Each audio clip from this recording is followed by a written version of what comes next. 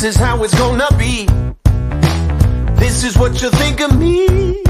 It's going down like I told you. This is how it's gonna be. I'll be the last man standing here. I'm not going anywhere. It's going down like I told you. I'll be the last man standing here. I'm gonna rock you. I'm gonna rock you. I'm gonna rock you. I'll have you begging for mercy, begging for mercy. Oh, I'm dangerous. So dangerous.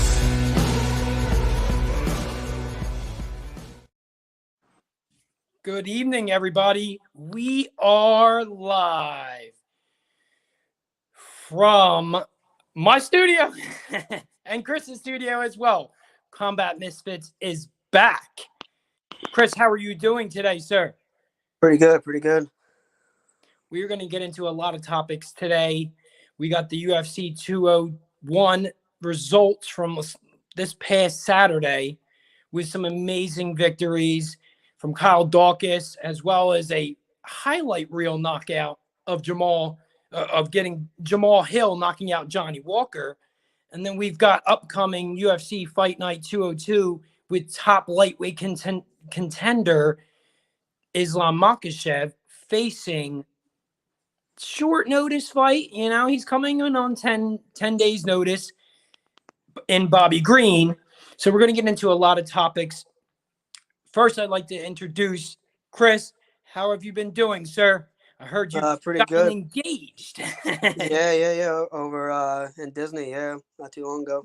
So congratulations to you, sir. Thank you. It's been a long time coming since we've had a stream. Yeah, We're man.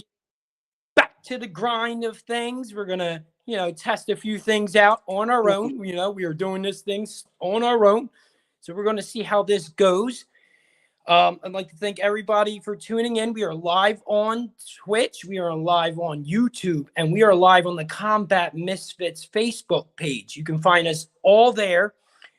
Don't be afraid to comment into the show. Send us your thoughts on what your predictions are for this weekend, as well as what you think should be the, sleeper fight of this weekend, as well as, any thoughts that you got about combat sports in general. We pretty much, we ain't no pros, but we know what we're talking about here. Mm-hmm. So we're going to get into a lot of things. We're going to start right now. And so over the weekend, we had Kyle Daukaus. Kyle Daukaus was fighting Jamie Pickett. And let's just say, I represent the Philly area as well as Chris does. We're from Philadelphia region. So when, we only have a few Philly fighters on the roster, but when they get onto the show, we really tune in and focus on those fighters. So Kyle Daukaus is one of them. And we were, basically, he was the co-main event. He's fighting Jamie Pickett. Round 1, 4 minutes and 59 seconds, gets the Darce choke. Mm-hmm. What a phenomenal victory for Kyle Daukaus. What was your thoughts on that, Chris? I honestly thought it was going to go to the second round. I didn't think that guy was going to tap with a second left. I'm pretty sure that corner was like, you got a second. Why I don't know. I just kind of surprised that it didn't go to the second.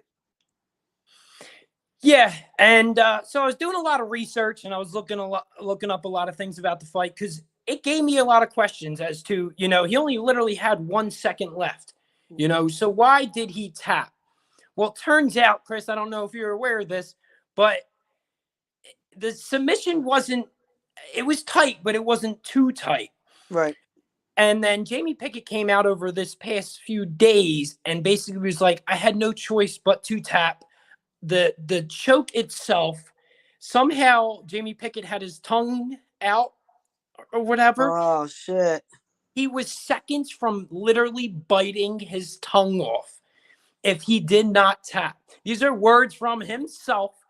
So Yikes. if he did not tap out, he would have bit off his tongue. Well, then that makes more sense because, like, you had a second left. There's no way someone taps with a second left. Just go out. Yeah. But if you're going to bite your own tongue off, then, yeah, I understand that. So, you know, it left you with a lot of questions. And that's why, like, I had to do a little bit of research on that. Because, like, Kyle Daukaus, yes, he's going around saying he is the Darce choke master, you know, and he's basically saying that's going to be his nickname now, you know, and a Darce choke is pretty hard to pull off and get it, you know, and get the victory off of that. So it was very impressive. You know, I take nothing away from Kyle Daukaus as, you know, it was a phenomenal victory. But, you know, you'd have to think, like, if you were in that situation and somehow your tongue was, I don't know, out during that submission. Like, I don't understand why it's out. I don't know either. Yeah, I have no idea how he got himself in that situation. I don't know if he was trying to, like, get air, you know, get more air from the submission, you know, from being in the submission. And if I guess, like, I just don't see how your tongue would be out to get more air. That doesn't even make any sense. Like, I just think, I don't know. It don't make no sense either. But hey, man, I mean, it is what it is. I mean, at the end of the day, he gets the victory. He moves up the ladder. You know, it was an impressive victory, and you got to take from it what it is. You know, I represent for Kyle. He's doing better than his brother Chris Daukaus. Chris Daukaus has, you know, been doing not so good lately. Like I said, he did get knocked out by Derek Lewis. Mm-hmm. So, you know. Derek Lewis? Yeah. Chris Daukaus? Chris Daukaus, yeah. He got right. Yeah, he got knocked out. That was during our hybrid moment, you know, when we weren't doing the stream. So, yeah, Derek Lewis, you know, knocked him out viciously. You'd have to go back for all the people watching and try and find a highlight of it. It was very impressive, to say the least. But yes, Kyle Daukaus is doing the better of the both brothers, and what can I say? I'm proud of him. Hopefully, it brings a show to Philadelphia pretty soon. I would like, you know, we've been saying it for a while. You know, I would like a fight night here, and with these, you know, with these victories, you would have to think, man, it's coming. It's coming soon, man. It's coming. But so, you know, it gets the submission victory. What do you think could be next for Kyle Daukaus? You know, I don't know. Probably fight another unranked fighter.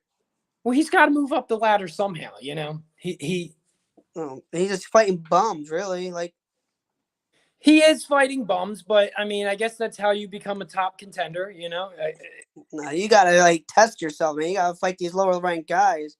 He's not fighting nobody really like that stands out in my mind to be like, hey, you know what? He can move up the ladder. You're fighting nobodies. This is true. And I mean, eventually, hopefully he'll get his spot. I mean, I do believe he's fighting the lightweight division, which is completely stacked. And I don't know, man. It's not good on his part to, you know, it's not looking good because of the division that he's in, but props to him, you know, and so we'll move on because that was not just one of them. So we also had Jamahal Hill, who was fighting Johnny Walker, right? Mm-hmm. Johnny Walker hadn't fought since early last year. He didn't look too good. And then, he looked even worse the other night. He looked even worse. So anybody who's watching, if you go look at a picture of his knockout, it was very awful. They kind of like screenshotted him, and he looked like he aged about, 30 years over? Easily. It was awful, man. I mean, it's just like, I don't know what Johnny Walker's missing, you know. Props to for Jamahal Hill, though. You know, that was a way to really make your name off of somebody and getting that highlight reel victory. That could be, you know, I mean, we still got a lot of months left in the year, but it could be highlight reel knockout of the year. You know, it looked very vicious.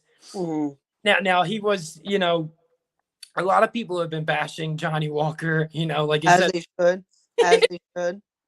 a lot of people have come out in his defense as well as Jamahal Hill has. I mean, they pretty much told you, like, you know, you can sit there and bash this dude from getting knocked out the way he did, but, you know, a normal guy on the street, Johnny Walker would kick their ass, you know? So, I mean, it's difficult to be like, yeah, you know, that dude, you know, that dude's a wash up. He's a has-been. Like, you know, he was a UFC prospect for a while. They did have a lot of beliefs in him, you know. And Jamahal Hill, you know, he took advantage of knowing that as long as he, you know, took off some of that steam early in the first minute, because I mean the fight ended round one, you know, 2 minutes and 55 seconds into the fight. So I guess he knew, like, if he just, you know, took some of the energy away from him in the first few minutes, he was going to be able to nail. All Hill had to do was touch that glass jaw of Johnny Walker, and he went out. Yeah, I mean, it was impressive. You know, it's something to say. You know, Jamahal Hill's a good dude. You know, he didn't call out nobody after the fight, but you know that leads me to think, like, you know, who's next? You know, who's next for Jamahal Hill? Like, who probably a no name. See, he's got to climb the ranks somehow, you know, and I think he's sitting right now. I think he's sitting at 10. Right. So his last fight was against Paul Craig. Nobody. Yeah, nobody. But I mean, Paul Craig is, you know, respectively 11th ranked in the division, you know. But you know, I think, you know, with this victory, one, he could either go back and try and revenge that loss to Paul Craig, who's only sitting one spot ahead of him. I think Paul Craig has a fight lined up for mid-March. But after that, I mean, they're both going to be vying for that, to get into that top 10, you know, like that. Yeah. So, because what was Johnny Walker? Wasn't he 8 or 7?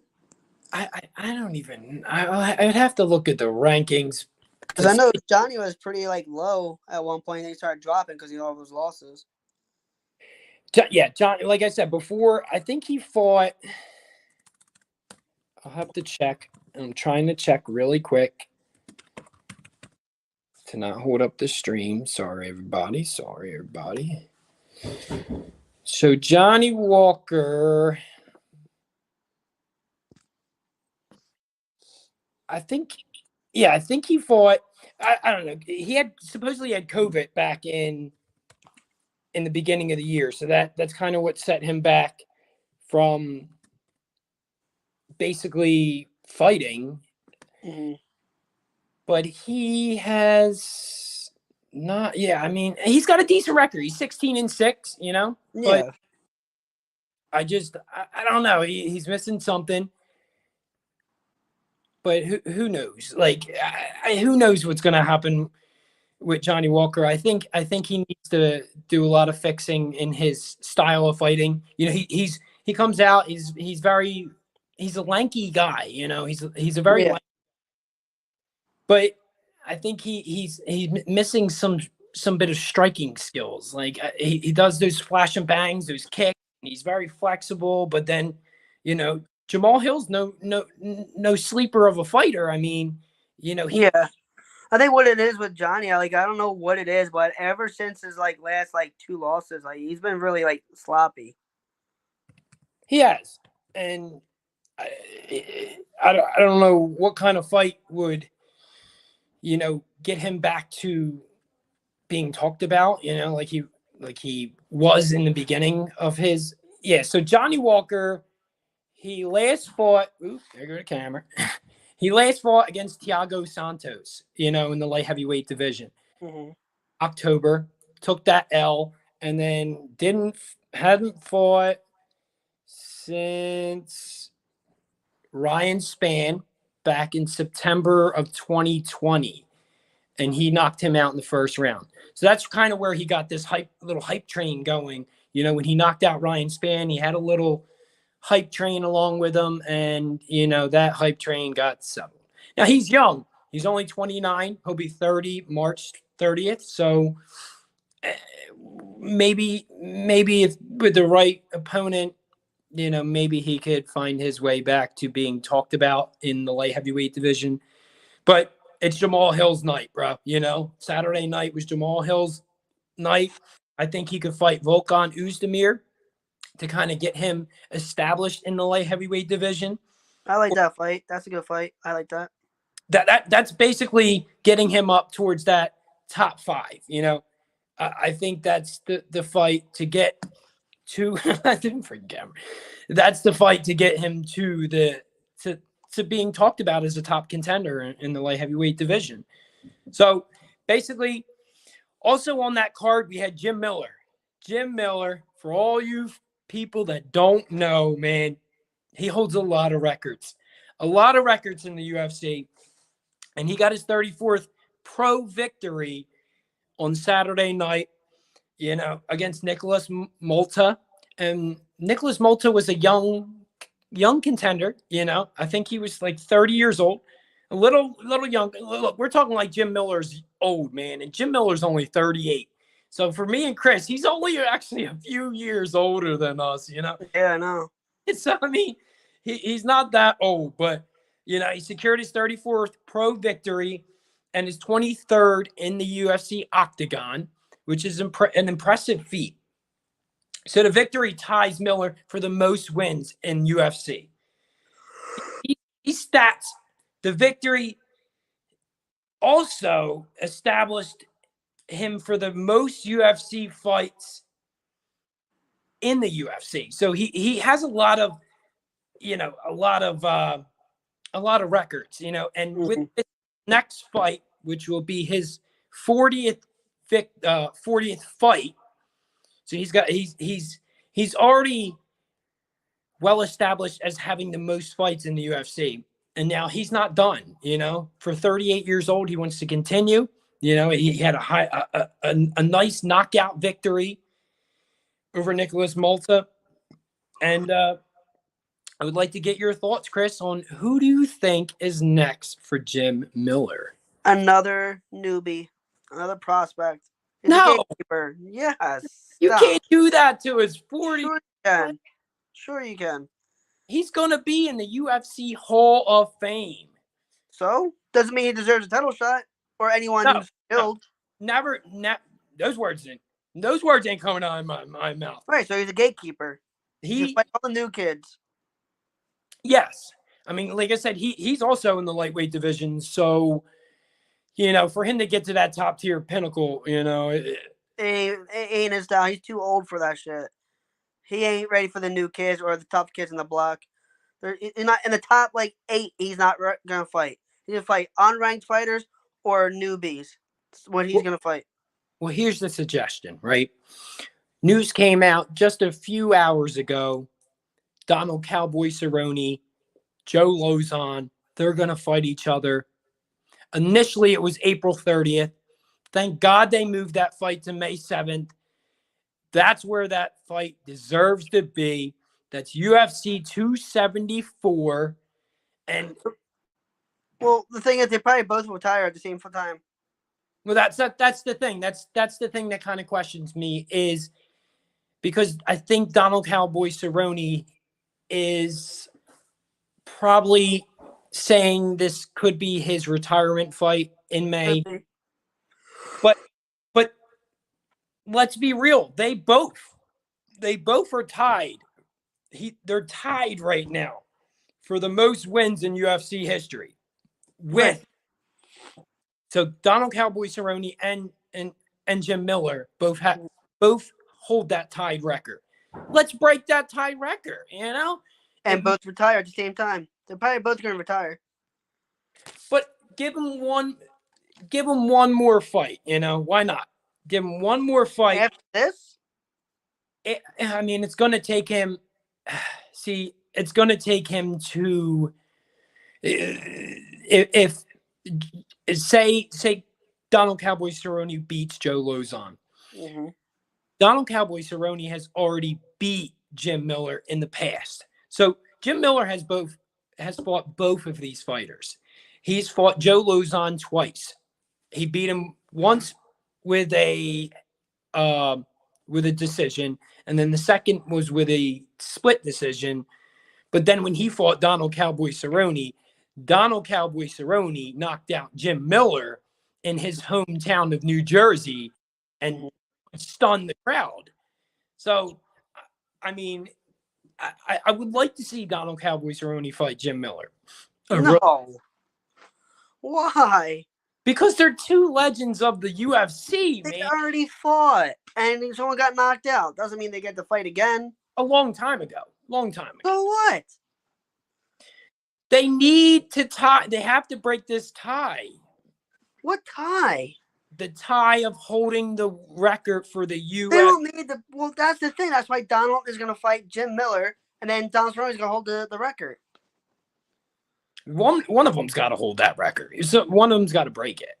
In my, it's like hearing you say that Donald Cerrone has to fight Jim Miller one more time. Is like saying that Alistair Overeem has to fight Francis Ngannou to redeem himself after getting knocked out like that. That's terrible. It's a fight to make, and because look, if you think about it and you go back, right? So if you go back to these fights, Jim Miller, all three of these fights have earned Fight of the Night status. So these are not going to be no fucking sleeper fights. These are not going to be boring fights. No, Jim Miller goes in and puts on a fucking show. You know, Donald Cowboy Cerrone also puts on a show, and Joe Lozon also puts on a show. They all three of them together have several Fight of the Night contender statuses. Right. That's why Joe Lozon is going to fight Cowboy. Doesn't mean either winner has to fight Jim Miller. It would be an interesting fight. It would not. It'd be a terrible fight to make. Terrible. Well, what makes you say that? So Joe Lozon lost to Jim Miller twice. No reason to fight again. Zero reason. Jim Miller lost to Cowboy Cerrone by getting knocked out. Makes no sense for Jim Miller to fight either one of them again. Makes no sense. Zero. Okay. Well, Donald Cowboy Cerrone and Jim Miller fought at Fight Night 45, which was in 2014, which is 8 years ago. Both have been progressed. Both have been well established in the UFC since then. So what makes you feel like Jim Miller deserves to fight Cowboy again? Just because the thing is, right, like you said, they all got better. He lost when Cerrone was not at his best, I guess you could say. Now he's at his best. What makes you think Jim Miller has a chance of beating Cerrone? Just because they're older. They're both older. No, that's not even like an argument. That's just saying, well, he's older. Well, here's the thing. That's not even to say Donald Cowboy Cerrone is going to win. Let's remember, Donald Cowboy's last fight was against Conor, and he got viciously knocked out. That was his last shoulder. By shoulder, which is insane, bro.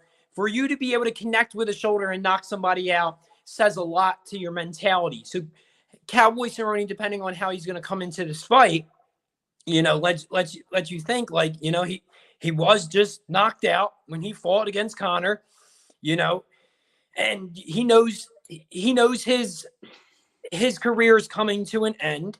So let's just say Joe beats Cowboy, right? Do you really want to see Joe Lozon fight Jim Miller a third time? I'm more interested in the Cowboy Cerrone versus Jim Miller. I'm more interested in that fight. Because let's put that in perspective. Like if Lozon beats Cowboy, then you have to see Joe fight Jim Miller. That's what you're saying. That sounds terrible to me. Sounds awful. I wouldn't even watch it. I'd probably just look at my phone while the fight's on. That's how uninterested I am on that fight. Terrible. All have several Fight Night. Who cares? That says to it's hard as shit to get a Fight Night status, you know, and get the $50,000 bonus. So you really get that, but it has no interest in me to see Jim Miller fight Joe. I'm like, snore, Borefest. No, like I said, I'm more interested in a Donald Cowboy. Even with that one, I'll be bored. I'll be, oh fuck, come on, Come on. again. He They're knocked him out again. It interests me, man. It definitely does. I would like to see Cowboy fight like someone who's gonna push him to his max. Like I want to see someone who can push him. Tim Miller can't push Donald. I don't see it. I don't see it. But that's the thing. So, do you want somebody to viciously, potentially knock out Cowboy Cerrone on his retirement fight? You know? No, I want someone like I think Joe Lozon is the perfect fight for him, only because it's even. It will be a long fight. They both put on good fights. It's a perfect fight. Perfect. I'm excited for that fight on May 7th. I'm glad it got moved to May 7th because they're doing this whole UFC Apex thing lately. You know, there's no audience. So there would have been no audience had they kept it April 30th. And I think they deserve that, having that pay-per-view audience, you know. Totally agree. I'm looking forward to that pay-per-view. I cannot wait. You know, we'll get into a lot of that as it progresses. But for now, you know, that concludes UFC 201 results. We're going to move into the potentially #1 contender fight this weekend between Islam Makhachev and Bobby Green. Boring. Come on. 10-fight win streak potentially for Islam Makhachev this weekend. Who's he beaten? Come on. Okay. He's beaten a lot of contenders to earn his way up. You know, he is only got one loss, you know, and that comes, like we've said before, this comes against Adriano Martins back in 2014, hasn't lost in over 8 years. Each opponent he has tapped out. In the past 3 opponents, he has tapped them out. He has tapped out Dan Hooker. He has tapped out, I can't think of it right now. But he also had Rafael Dos Santos pull out. He's had a lot of people scared to fight Islam Makhachev. It's Khabib's protege, bro. Come on. I think him and Chimaev have like the biggest hype train around them. It's ridiculous. The biggest hype trains they've seen. And I don't think they fought anybody worthy enough to get a contendership. None of them. None of them. 0. Goose egg. Okay. Makhachev is going to fight Danny Green on short notice. Maybe win. And you're going to tell me he gets a contendership because he fought someone on short notice? Give me a break.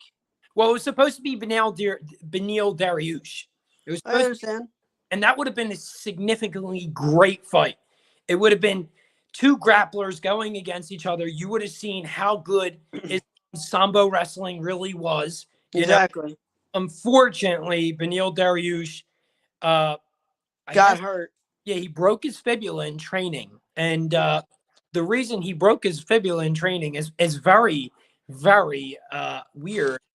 He was training and the mats kind of separated and his ankle went with the mats and his fibula broke. So you know how strong his fibula is? I don't break like that. Doesn't make any goddamn sense.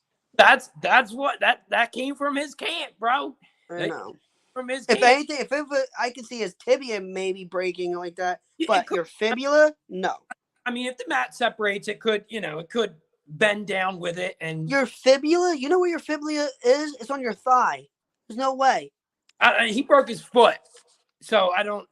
His foot, and not his fibula. His fibula is his thigh. There's no way you're breaking your thigh bone with that. No way. I don't know. All I know is he broke his foot.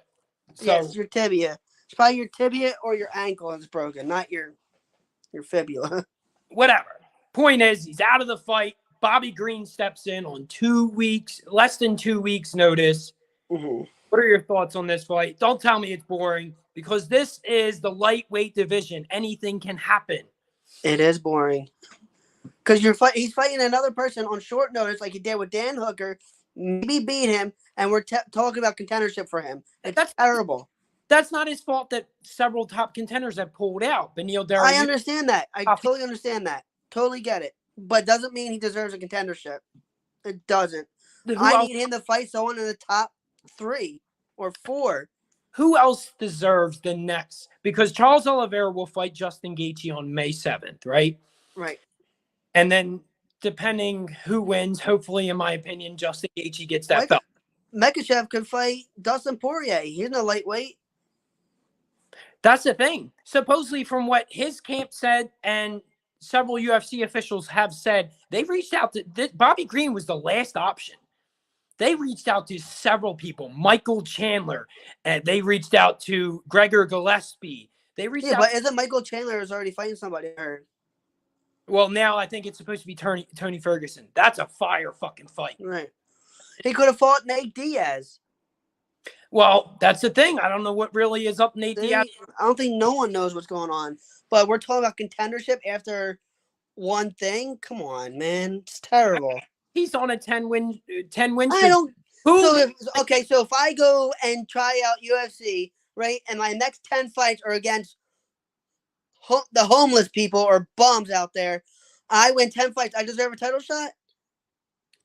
I mean, you've earned you've earned it. You've done what you need to do. I fought nobody in the top 5. Why am I fighting top 10 guys or top 20 guys and I'm gonna get a title shot? That's stupid. That doesn't make any sense. It's terrible. All right, so we're gonna go over who he has fought since you're saying these are nobodies. Nobodies. So he fought Dan Hooker. He fought Short notice, yeah. Much props to Dan Hooker for even taking the fight, as well as Bobby Green. You know, nobody else wanted to take this fight. So he fought Thiago Moses, Drew Dober. Drew Dober ain't no fucking bum. No way. No shot. And what rank is he? 10? Who, Drew Dober? Yeah, he's 10. Yeah, I mean, but, you know, at least he's fighting people in the top 10. He's not fighting unranked fighters. So he was supposed to fight Rafael Dos Santos.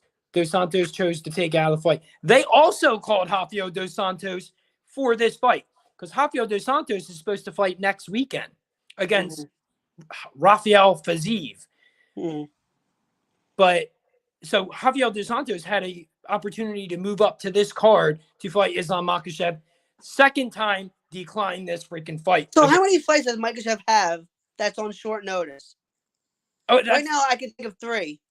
But is that his fault? Is that his fault that these opponents are pulling out? Please tell me that. No, it's not. It's not his fault. I understand that. But you cannot say he's in the same realm of getting something that's like a title contendership when everyone's been backing out and he's fighting people on short notice. That's terrible.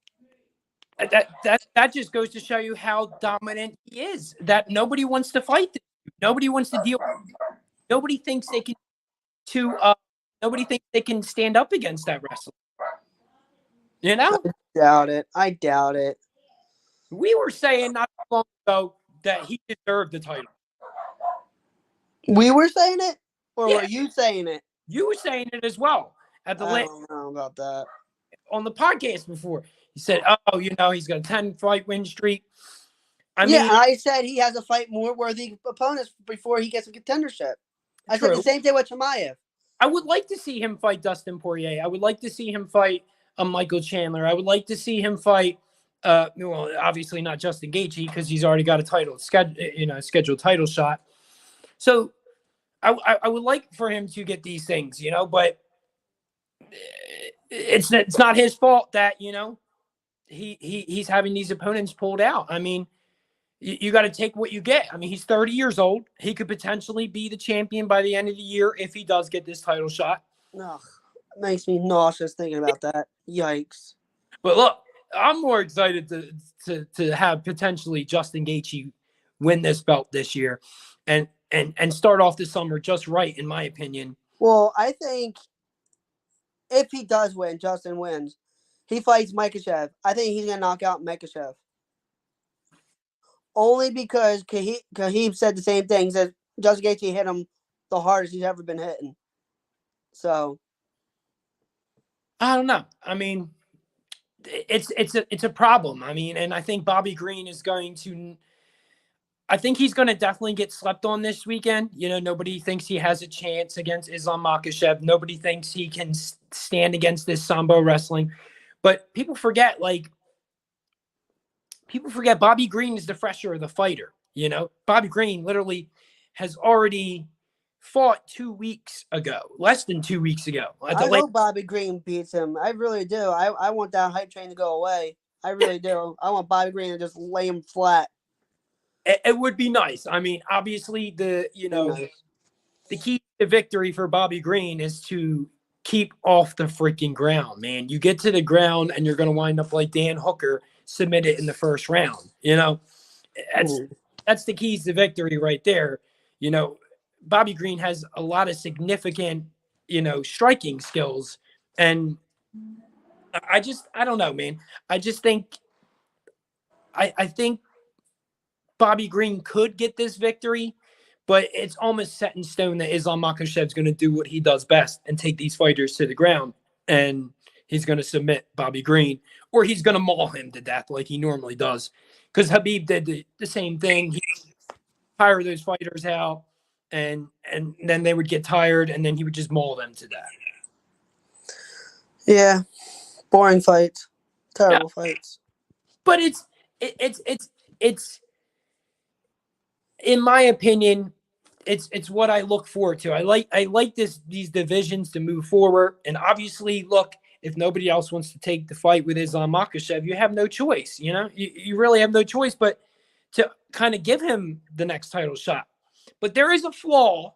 There is a person, there is a person that could sideline Islam Makhachev's title shot. And we were basically talking about it. Conor McGregor is supposed to come back pretty soon. You know, he says he's got a lot of photos online of him training back in the gym, getting in shape, and saying he's more focused this time, and he's coming back for his belt. What are your thoughts, Chris, on potentially Conor McGregor coming back and stealing that title shot from Islam Makhachev? I don't think he's going to come back lightweight, though. He's too big. Oh, he's going to... I mean... Do you see his weight? He ain't coming back for lightweight. He's too big. Well, that's what happens outside of training. I mean, look at Bobby Green. Bobby Green just fought 2 weeks ago, and he's cutting 30 freaking pounds for this fight this weekend. And it's actually at a catch weight. The fight's supposed to happen at 155, which is lightweight. It's going down at 160. So, I mean, just because he's at 195 doesn't mean nothing. If he does get into a training camp, he could get down to 155 for the lightweight division. I don't think he wants to. I don't. I think he wants to go for maybe middle, maybe welter. I don't know. He's too big to drop all that weight to go back to lightweight just for that. I don't see it. You don't think he'll come back to the lightweight division? I know he's definitely not coming back to the featherweight division. I know that. No way. Never doing that weight cut again. Mm-mm. Not happening. I just don't see him going back down to lightweight. I don't. I think he might stay at welter, try to get a belt at welter, have like 3 titles underneath his belt, or even try for middleweight. I just don't see him going down to lightweight. I don't see it. Especially how stacked that division is. I just don't see him going down there again. I would like to see him fight some of those top contenders at lightweight, that he didn't get to fight yet, like Justin Gaethje. That's a potential amazing fight. I think he might want to run it back with Dustin again. That is also potential. I mean, that's what I think really kind of is motivating him to stay in the lightweight division, is fighting, Dustin Poirier, solidifying that what happened in the third fight was an accident, him breaking his leg, but like we said before, I mean, he was losing that fight regardless of the broken leg. So, but I just don't see his chances faring very well against the likes of Kamaru Usman. I don't know how. I mean, if he does it, these fighters at welterweight and middleweight are significantly bigger than him. Yes, he is walking around at 195, but I feel like I think Conor's like what, 5'9", 5'8". Yeah, he's like 5'9". I don't know, man. I don't know how you would stand up against the likes of facing somebody like Kamaru Usman. Kamaru Usman's only 5'10", 5'11". That's what I'm saying. But Kamaru Usman is a way better striker, in my opinion. Yes, Conor has that left hand, and everybody fears that left hand.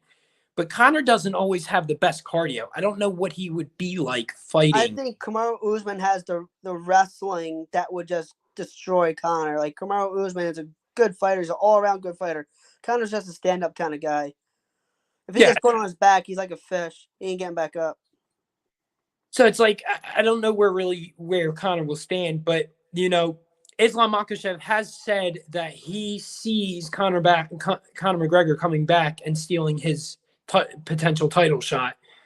And I just think deep down, I think Conor wants to rewrite those wrongs in the lightweight division and try to come back and get his belt. Now that he knows Khabib's not in this division no more, I think he thinks he stands a shot with beating Charles Oliveira. You know, I don't know. As much as I love Conor, like I do, I love Conor. But, man, he needs to fight at least a person or two before he gets a title shot. You got to show us you're back to way Conor used to be. Because, dude, your record's not looking too good. Losing every like other fight. It's just not good. He needs to get on a win streak and show that he's committed. He's back in it. So you don't think if he comes back, he announces his return, you don't think he gets an immediate title shot at any of those divisions? No, there's no way you can do that. Having that name status, the amount of money he's brought to the UFC, you don't think? I think he'll fight a contender or like a big name, and if he wins in a good fashion, then I can see him getting a title shot.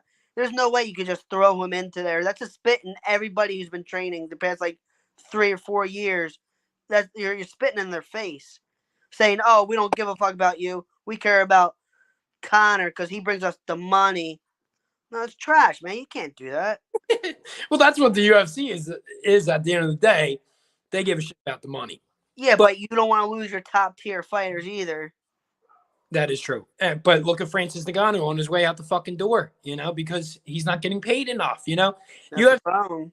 UFC at the end of the day only gives a shit about their revenue. And that's the kind of thing that we've been dealing with.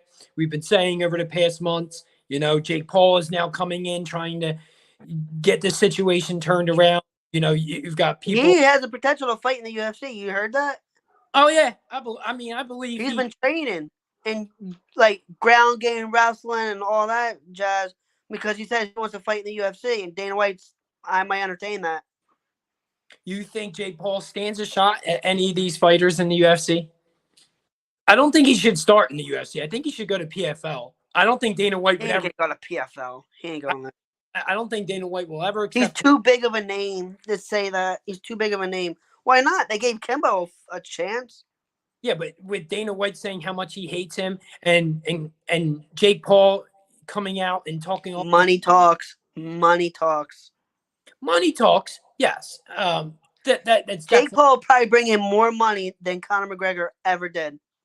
That's why I think, like, I don't know, man. I definitely think there's some hatred, you know, between, you know, Jake Paul calling out. You don't fuck with money. You know, that's the number one business. You don't fuck with money. And I think with Jake Paul coming out talking all this shit about Dana White and his business adventures and, you know, the way he does things in the UFC is wrong.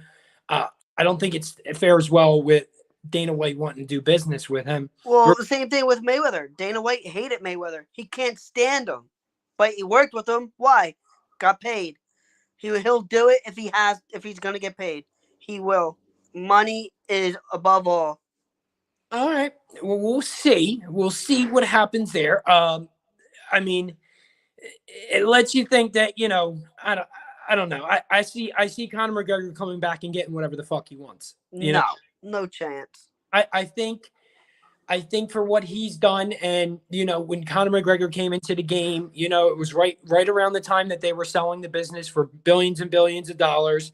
And I think that's when those pay-per-views started going up because of Conor McGregor. The revenue started going up because of Conor McGregor, and all the pay-per-view buys that, you know, with him holding all these records for pay-per-view buys, like I said, you just said, money talks. Mm-hmm.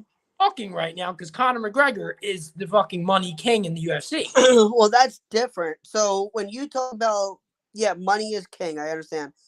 But with Conor going into the UFC the way he does now, you just can't overstep people that are paying your your bills right now. Like Asanya, Blockowitz, you know, other top tier fighters.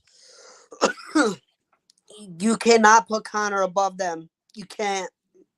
Not now. Even though he gives you a good payday, you just can't do it because you're gonna ruin your whole business in a sense. Because just say Asanya sees that, like, yo, he's getting paid more than me, and I've been here and he's been hurt, this, that, and the third. Where's my pay? Even though he just got a multi-million-dollar deal Yeah. yesterday. But like that's just like saying like, yo, I've been here, this, that, and third. UFC fighters will definitely leave. You'll lose talent. They'll talk shit about you, your business. Then you're gonna get like prospects thinking, wow, that'd make a real career choice. I like fighting. This ain't for me. Maybe I should go to boxing or go to a different league. Then you lost that prospect. Then you lost this person. Then you lost that person. Everyone's gonna talk bad about your toxicity product that you have here at UFC. You'll lose everyone. You can't do that. So the only way to preserve that is to give him another 2 fights or a fight. Let him perform, and if he does good, then he gets a title shot. You just cannot let him get a title shot because, hey, I'm back. You can't. You'll kill your business. You can't. There's And no way. that's the crazy part is I don't think he stands much of a chance against any of these top fighters anymore. I think he's lost a lot because you've got all these wrestlers now that are in the top of all these divisions. You've got, you know, you've got Justin Gaethje, who's a great wrestler, Charles Oliveira, who's a great submission artist. You've got Dustin Poirier, who's obviously already beat him twice. So it's like I don't know where he really stands a chance. And like Kamaru Usman, great wrestling skills. Islam, great striking skills. Better in my opinion than Conor McGregor. I think Islam Makhachev has better striking skills than Conor McGregor. I don't think he stands a shot at really any of these divisions. And I think it's going to come back, and I don't think it's going to end very well for Conor, unfortunately. I think he's going to find out that the time has passed. Well, that's another reason why I don't see him going to a lightweight. Like I said earlier, I don't think he goes to lightweight. I don't. I think he goes to welter and middleweight. I think he's going to do a different division. I see, that's the thing, because like I want him to stay in that lightweight, welterweight, because I still do want that trilogy with Nate Diaz. I still want it. I really do. I think a lot of fans still think that that's possible. I think that would happen, but in welterweight, I don't think he'll go back to lightweight. No. I still don't. Even if it was for lightweight, I don't think he's going to go to lightweight. I think he's going to stay in welter. I think that's probably the best bet for him is welterweight. I mean, we'll find out what happens with Conor. Hopefully he returns this summer, around this summertime. But for now, I mean, we're going to move on, and we're going to talk about, we've only got a few more minutes left in the show. So we're going to talk about this sleeper of a boxing fight this weekend. A lot of people don't even probably know this boxing fight going on, but they probably should. It is a significantly important boxing fight, and it is between Josh Taylor and Jake Catterall. Now, Chris, before I did my research on this, I'll be honest, I didn't even know this boxing fight was going on because it's not being publicized like it should be. You know, they're both undefeated. Jack Catterall is 26-0, and Josh Taylor is 18. They both have 13 knockouts on their record. But see, they're not U.S. fighters. So a lot of people aren't really paying attention to this fight. But it is an undisputed junior welterweight title defense this weekend. And I would like to inform the people that are watching how important this fight could be for the boxing industry and why they should be paying attention. So, do you know any of these fighters? I do not. I never heard of any of them. That's because they haven't really fought on U.S. turf yet. And so Josh Taylor has fought on U.S. turf. He is currently the WBC, the WBA, the IBF junior welterweight champion of the world. They're both significantly undefeated, and they have, never had a loss on their record. And they're both relatively young. I mean, Jake Catterall's 28 years old, and Josh Taylor's 31. They're both from the UK. This fight's going to be happening in, I believe, Scotland this weekend. I think it's, and it'll be televised. Initially I didn't think it was going to be televised on in the US, so I wasn't even going to cover this shit. But it is on ESPN Plus at 5 p.m. Eastern time, our time. On Saturday, right? On Saturday. So it'll be going on around the time that the UFC fight card will be going on. But I think it's important. I mean, Josh Taylor has been training with Tommy with Tommy Fury, and it's important that I think it's important that we acknowledge this fight, because this is technically the second fight for Josh Taylor that he's going to be defending these belts. And I think a lot of people should be aware that, this 31-year-old Josh Taylor is important in the aspect that he has captured all these belts and hasn't even really been made a name for himself yet in the United States. Mm-hmm. So I think it's important that for all you people out there watching, that you tune into this fight. I think it'll be a great fight. And Josh Taylor is going to be, after this fight, he should be going up in weight to potentially fight Terrence Crawford. These kind of people, like Terrence Crawford, will make a name for himself. They will establish him as a main star. Most people, like I said, you don't know who these fighters are. Most people in the United States won't know who these people are. But I feel like you should know who these fighters are, for all you people watching, because they're probably the next top contenders in boxing in the junior welterweight, as well as in the welterweight division. Mm-hmm. And it's something, that people should be focused on, is the boxing landscape, because a lot of people think, boxing's dying, Yeah. But it's important, so, for all you boxing fans out there, tune into that fight. Don't sleep on that fight, because that fight could be a really phenomenal fight, and it could really establish, these two UK fighters,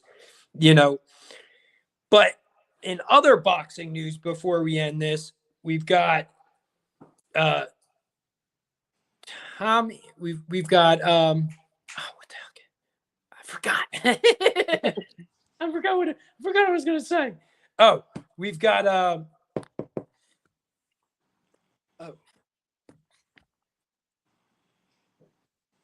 so on the other tap, we've got events coming up. We've got next week, we've got UFC 272. And we've got on that card, Colby Covington versus Jorge Masvidal, which is a insane fight. We're not going to dive in too deep to that fight. No. That shit for next week, because that's an important fight in the division. And I think it's going to be a blood fight, man. I think I think that's going to go to decision. You think so? You don't think? I mean, without diving in too deep real quick. Nope. I want to touch on this, because Jorge Masvidal is coming off of that knockout, the knockout loss against Kamaru Usman, right? Mm-hmm. He thinks with a win, Kamaru Usman could potentially be facing Jorge Masvidal again. This could be another one, another number one titles. I think if Jorge wins this fight, he's going to be more cautious against Usman next time, because he got too soft, too cocky, too lazy, and he got caught lacking, and he got slept, and that sucked. I just don't know, man, because I don't want to say too much about it because there's so much I want to say about it, but I don't want to give too much away. A lot of my thoughts, about it. Mm-hmm. But I think that, with them being former training partners, and even Tyron Woodley, which he's been in the shadows lately, but, he's also trained with these two guys. And he said that there was a lot of bad blood when they were training together. Mm-hmm. And, I just feel like, this is they're probably going to have a press conference next weekend. I think this is going to Can't wait. I hope so. I can't wait. This is going to get very, very verbally violent. And I think, I just think that fight is something to look forward to. It's amazing that this is going to be the first pay-per-view in a long time that has no title fights on it. That's true. It's the first fight. I'd have to do my research, but I feel like it's been at least 2 or 3 years, I think, that a title fight has not been on the UFC pay-per-view card. Yeah, maybe, yeah. I feel like, except without Conor's name. Obviously, when Conor's without Conor, yeah. Conor's name, usually Conor is always main event on the pay-per-view, regardless of title contendership. But Mm-hmm. I feel like this is a fight card that should be paid attention to. There's also Rafael dos Santos, who we were just mentioning earlier. He's Rafael Fizzi. So I mean, there's a lot of good fights on that card that should be paid attention to. But for us, that's unless you got any ending remarks for this podcast. No, not at this time, no. All right. Well, that does it for us today. Please tune in next week, Wednesday, 6 p.m. We'll be here. We'll be live. Mm-hmm.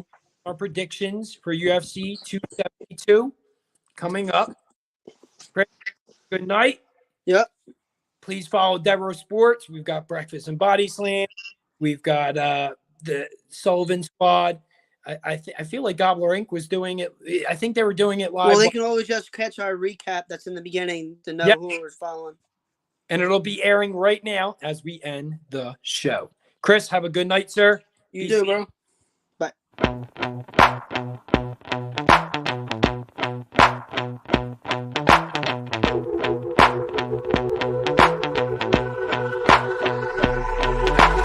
This is how it's gonna be.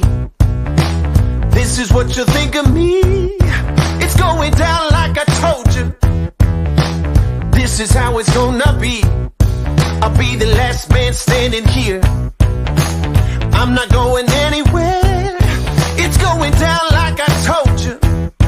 I'll be the last man standing here. I'm gonna rock you. I'm gonna rock you. I'm gonna rock you. I'll have you begging for mercy, begging for mercy.